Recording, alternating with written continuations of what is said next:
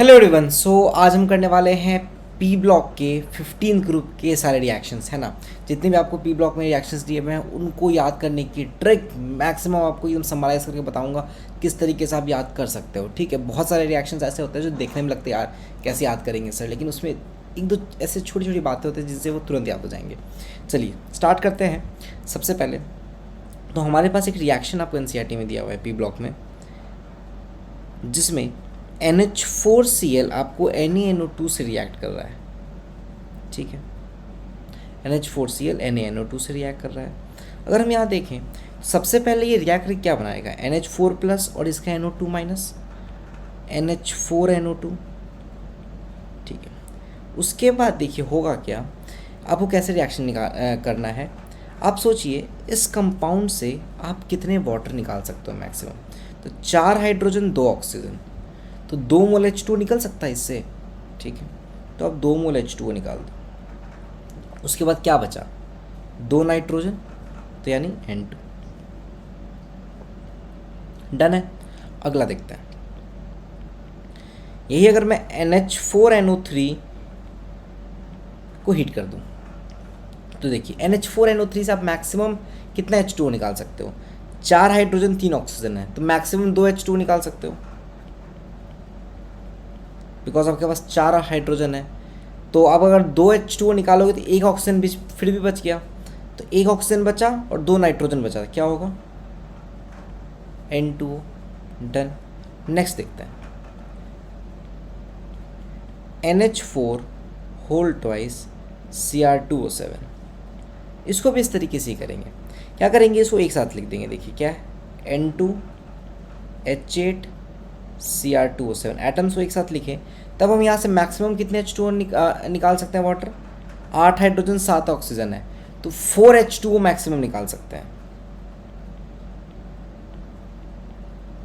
ठीक है, अब 4 H2O निकले तो उसके बाद क्या बचा, N2 Cr2O3। तो Cr2O3 को अलग लिख दो और N2 को अलग लिख दो। डन। देखिए कितना आसान से हो गया। ठीक है, नेक्स्ट रिएक्शन चलते हैं। बहुत आसान है, देखिए सब reactions. NH4 twice C2O3, CO3 not C2O3, CO3 carbonate. अब आपको पता होना चाहिए हम जब भी कार्बोनेट को हीट करते हैं तो CO2 तो पक्का निकलेगा, CO2 तो पक्का निकलेगा। तो देखिए इसको भी लिखेंगे N2H8 CO3। ठीक है, तो CO2 निकल गया। अब क्या बचा हमारे पास, बताइए क्या बचा। CO2 निकला तो हमारे पास यहाँ पे एक ऑक्सीजन बचा। ठीक है, तो अगर एक ऑक्सीजन बचा है तो हम मैक्सिमम एक ही वाटर निकाल सकते हैं, है कि नहीं। तो एक H2O निकाल देंगे। एक CO2 इससे गया और एक H2O चला गया इससे, तो इसमें बचा क्या, इसमें बचा आपको N2H6। N2H6 तो होता नहीं है कुछ, लेकिन ये NH3 का डबल है, तो ट्वाइस NH3। कितनी आसानी से हो गया, समझ में आ रहा है। ठीक है, नेक्स्ट सेट ऑफ रिएक्शंस पे चलते हैं। देखिए NH4Cl प्लस कैल्शियम हाइड्रोक्साइड, तो ये तो बहुत आसान है। कैसे करना है समझिए, यहाँ से आएगा आपके पास NH4 plus plus Cl minus, यहाँ से आएगा आपके पास calcium 2 plus plus OH minus. ठीक है, अब देखिए Cl माइनस कैल्शियम 2 प्लस के साथ जाके CaCl2 बनाएगा।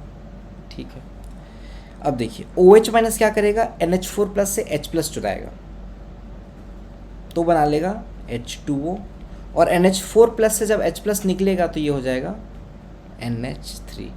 डन है कि नहीं डन है, देखिए कैसे किया हमने। चलिए बहुत अच्छी बात है। नेक्स्ट करते हैं NH4 ट्वाइस SO4, इसको NaOH से रिएक्शन कराते हैं। सेम चीज़ जो हमने ऊपर किया था, SO4 2 माइनस सोडियम के साथ Na2SO4। रिएक्शन आप बैलेंस कर लेना खुद से, उसमें कोई इशू नहीं है। अब देखिए NH4 प्लस से OH माइनस वाटर ले लेगा तो बना लिया H2O। ऊपर में अगर आपको यहाँ नहीं दिख रहा है NH3 लिखा हुआ, तो इसको मैं फिर से लिख दे रहा हूँ। ठीक, तो यहाँ क्या किया, सोडियम प्लस सल्फेट के साथ गया SO4 माइनस के साथ Na2SO4, OH माइनस ने NH4 प्लस से H प्लस चुरा के H2O प्लस क्या बचा NH3। डन है कि नहीं डन है? बहुत अच्छी बात है। चलिए आगे बढ़ते हैं नेक्स्ट। अच्छा, एक और रिएक्शन होता है बहुत प्योर नाइट्रोजन प्रोड्यूस करने के लिए, बेरियम अजाइड का। देखो इसको याद करने की मतलब अलग से नीड नहीं पड़ती, ये अपने आप याद हो जाता है क्योंकि स्पेसिफिकली लिखा रहता है कि प्योरेस्ट फॉर्म ऑफ नाइट्रोजन के लिए यूज़ होता है। तो बेरियम प्लस 3N2, तो ये तो ऐसे ही याद हो जाता है, कोई दिक्कत नहीं। चलिए आगे बढ़ते हैं। अब देखिए ऑक्साइड्स दिए हुए हैं नाइट्रोजन के, जैसे आपको N2O दिया हुआ है, ठीक है। तो N2O का प्रिपरेशन तो अभी हमने देखा, NH4NO3 को हीट करेंगे, 2H2 निकलेगा, क्या बच गया 2N और एक ऑक्सीजन, तो N2O। डन। अब देखिए क्या है, NO2 भी होता है, तो NO2 कैसे प्रोड्यूस होता है वो जानते हैं। देखिए NO2 को प्रोड्यूस करने के लिए, NO2 स्पेसिफिकली NO2 को प्रोड्यूस करने के लिए बहुत इंपॉर्टेंट है रिएक्शंस कॉन्क HNO3 के। तो समझिए कोई भी नॉन मेटल,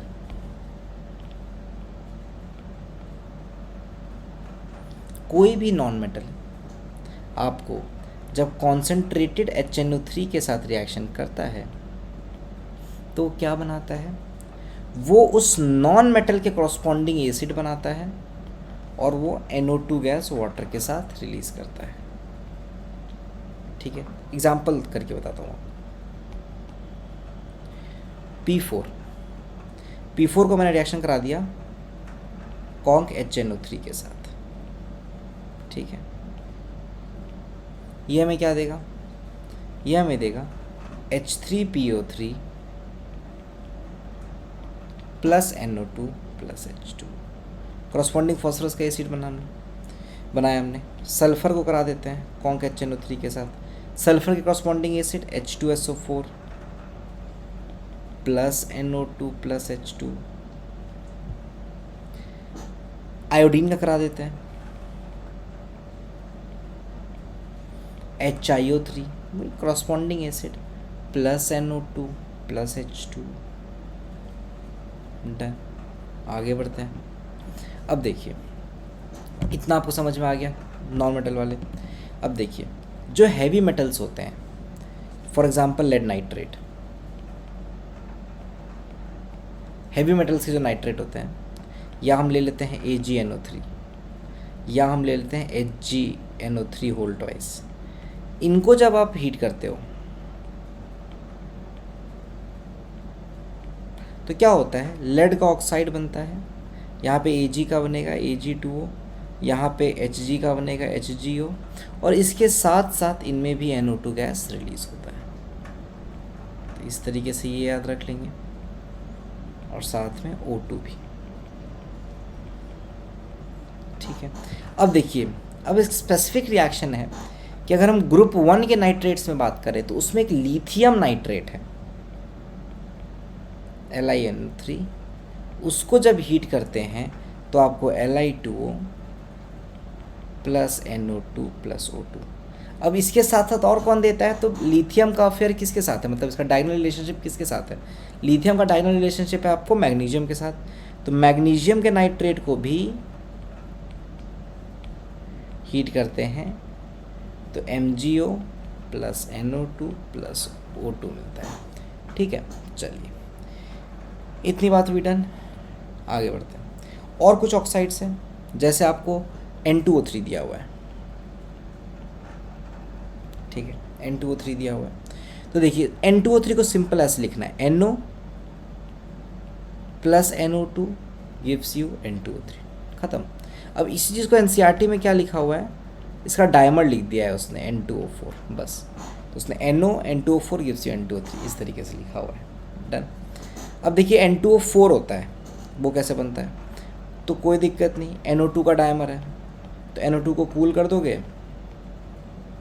तो N2O4 में चला जाएगा, हीट कर दोगे तो आपको NO2 में आ जाएगा, डन। इतनी बात क्लियर है। चलिए इसके साथ साथ एक रिएक्शन और है आपको N2O5 का,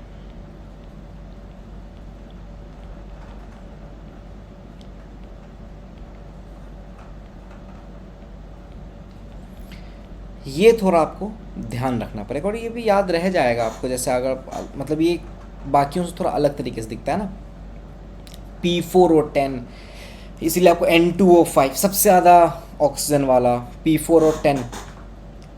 यहाँ भी फॉस्फोरस 10 ऑक्सीजन के साथ है तो यहाँ नाइट्रोजन 5 ऑक्सीजन के साथ जाएगा, इस तरीके से आप याद रख सकते हो। ठीक है, इतना हुआ। तो अब हम करेंगे HNO3 के रिएक्शन। देखो HNO3 में ना एक बहुत इंपॉर्टेंट रिएक्शन है मेटल्स के साथ, जो कि एनसीईआरटी में कॉपर और जिंक का दिया हुआ है। अभी मैं आपको थोड़ा समझाता हूँ क्या होता है। जो हाइड्रोजन से ज़्यादा रिएक्टिव है, जो रिएक्टिविटी सीरीज़ में हाइड्रोजन के ऊपर आते हैं, और जो कम रिएक्टिव हैं उनसे थोड़े, जैसे कॉपर हो गया, ये रिएक्टिविटी सीरीज़ में हाइड्रोजन के नीचे आते हैं। क्या होता है, जैसे Fe हो गया, जिंक हो गया, इनका रिएक्टिविटी ज़्यादा होता है। तो जैसे आपको जिंक और कॉपर ही पूछेगा 99% चांस है। तो जैसे इनका जो जिनकी रिएक्टिविटी ज़्यादा है उनका 3 रिएक्शन है, वेरी डाइल्यूट HNO3 के साथ, डाइल्यूट के साथ, कॉन्क के साथ, और जो कॉपर हो गया, ठीक है, जो आपको कम रिएक्टिव है, उसका रिएक्शन डाइल्यूट और कॉन्क के साथ है। देखो रिएक्शन कैसे होता है समझते हैं। जब आपको Fe को मान लीजिए वेरी डाइल्यूट के साथ रिएक्शन कराए, तो जब वेरी डाइल्यूट के साथ कराते हैं ना, Fe हो गया, जिंक हो गया, तो NH3 गैस मिलता है। सबसे पहले तो जैसे Fe है तो ये FeNO3 होल ट्वाइस तो बनाएगा ही, ये इसमें बनेगा, ये इसमें बनेगा। जिंक भी रिएक्ट करेगा तो ZnNO3 होल ट्वाइस ये तो बनेगा ही, ठीक है, यहाँ भी यहाँ भी।